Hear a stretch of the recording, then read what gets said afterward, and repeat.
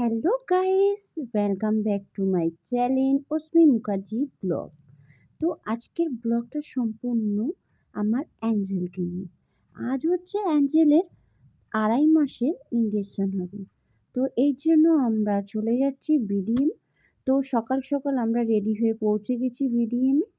আর তার আগে বলে রাখি, তোমরা যারা আমার চ্যানেলটাকে এখনও সাবস্ক্রাইব করোনি অবশ্যই সাবস্ক্রাইবটা করে দিও আর বেল বাটনটা প্রেস করে দিও। আর যারা অলরেডি করে রেখেছো তাদেরকে অসংখ্য ধন্যবাদ আর অনেক অনেক ভালোবাসা। তো দেখো, আমাদের অ্যাঞ্জেল যখন 1.5 মাসের ইনজেকশনটা হয় তখন তো ঘুমিয়েছিল, তখনও অনেকটা ছোট, ঘুম চোখেই ওকে ভ্যাকসিনগুলো দেওয়া হয়। কিন্তু এইবার তো আরও ছোট নয়, তো এখন একটু বড় হয়েছে, নড়তে চড়তে শিখেছে, তো এখন জেগে আসে। এরপর দেখা যাক অ্যাঞ্জেলের রিয়াকশান কী থাকে যখন ওকে সুই ফোটানো হবে। তো এখন এই ম্যামটা সব কিছু রেডি করছে। অ্যাঞ্জেলের এই 1.5 মাসে তো 3টে ছিল, কিন্তু এই 2.5 মাসে 3টে নয়, একটা আছে।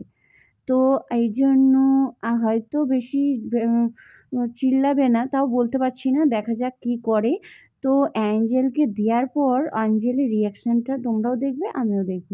তো অবশ্যই মনে হচ্ছে ও একটু কান্না করবে, যেহেতু সুই ফোটানো হবে। আমরা বড়রাই চিল্লে উঠি, তো একটা বাচ্চা। তো হ্যাঁ, দেখো আমার অ্যাঞ্জেল অনেকটাই কান্না করছে। তো ওর বাবা ওকে চুপ করাচ্ছে, আমিও বলছি মনা চুপ করো। আর ভয়েসটা এই কারণে আমি মিউট করে দিয়েছি, কারণ ওখানে অনেক কথাবার্তা হচ্ছিল, তো এই জন্য আমি মিউট করে আমার ভয়েস দিয়ে দিচ্ছি যাতে কপিরাইট না পড়ে।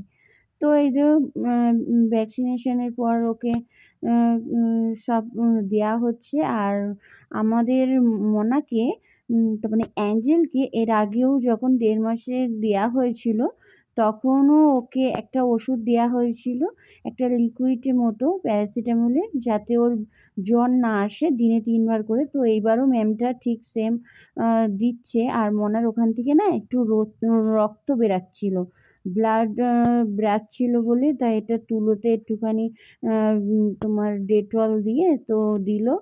তো এটা ওনাকে ওখানে চেপে ধরে রাখা হয়েছে। ও এখন কান্না করছে না, যেহেতু আমি একটু গান করছিলাম। আমার মনা গান শুনলে চুপ হয়ে যায়।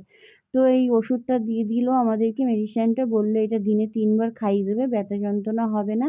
আর যদি ওইখানটা খুব যন্ত্রণা হয় আর ওখানে গাঁটা পড়ে যাবে বলছিল, তার মানে একটা চাং মতো হয়ে যেতে পারে। তো আমরা ওখান থেকে বেরিয়ে আসি ম্যামটার সাথে কথা বলার পর। তো আমাদের অ্যাঞ্জেলের পাপা আর আমি বেরিয়ে পড়লাম।